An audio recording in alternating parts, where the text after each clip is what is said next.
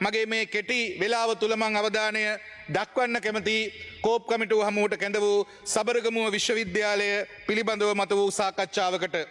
සබරගමුව විශ්වවිද්‍යාලය කියන්නේ ලංකාවේ තියෙන සුන්දරම ස්වභාවික පරිසරයක තියෙන අති රමණීය විශ්වවිද්‍යාලයක් සරසවියක්. හැබැයි කෝප් කමිටුවේදී හෙළි වූ විදිහට මේ සුන්දර සරසවියේ ඊටාම අසුන්දර කතාවක් තිබෙනවා.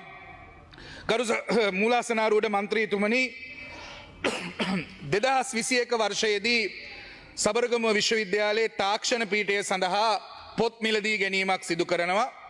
ඒ යටතේදී වර්ග 33කට අදාළව පොත් 114ක් මිලදීගෙන තියෙනවා. වර්ග 33කට පොත් 114ක් මේ සඳහා රුපියල් 75,96,400ක මුදලක් ගෙවීම් කරන්න අනුමත කරලා තියෙනවා. විශ්වවිද්‍යාලයට ආවට පස්සේ දැනගන්නේ මේ ලක්ෂ 75ක් වියදම් කරලා ගෙනල්ලා තියෙන්නේ පාවිච්චි කළ පොත් කියලා. අලුත් පොත්වල මුදලට 75 ලක්ෂයක් වියදම් කරලා ගේනවා පාවිච්චි කරපු පොත්. ඒ විතරක් නෙමෙයි මූලාසනාරූඪ මන්ත්‍රීතුමනි, තවත් පොත් 227ක් මිලට ගෙන තියෙනවා රුපියල් ලක්ෂ 121කට. ඒ මුදල බැලුවම අලුතින් පොතක තියෙන වටිනාකමටත් වැඩි කෝප් කමිටුවේදී හෙළි වෙනවා සාමාන්‍ය වෙළඳපොලේ රුපියල් 3500කට 4000කට ගන්න පුළුවන් පොත 1,50,000කට. මේවා මේ රටේ ජනතාව දැනගත යුතුයි.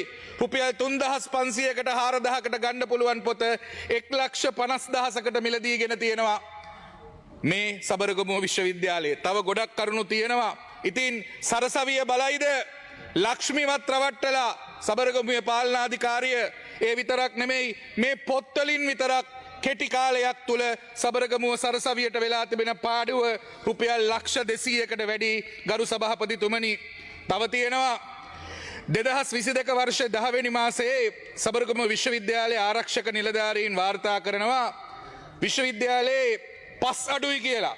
ආරක්ෂක නිලධාරියා දන්නේ නැහැ කැම්පස් එකේ පස් අඩුයි. ආරක්ෂක නිලධාරියාගේ වාර්තාවේ තියෙනවා පස් කියුබ් 45ක් විතර අඩුයි කියලා. මේ පිළිබඳව විමර්ශනයක් සිදු කරනවා. විමර්ශනයේදී හෙළි වෙනවා ආරක්ෂකාංශය දන්නේ නැහැ, විශ්වවිද්‍යාලය උපකුලපතිතුමා දන්නේ නැහැ සරසවි භූමියෙන්, මේ සබරගමුව සරසවි භූමියෙන් පස් කියුබ් 500ක් කපලා අයින් කරගෙන තියෙනවා. කාගේ වමනාවටද? ඉඹුල්පේ ප්‍රාදේශීය සභාවේ මන්ත්‍රීවරයෙක්ගේ පෞද්ගලික ඉල්ලීම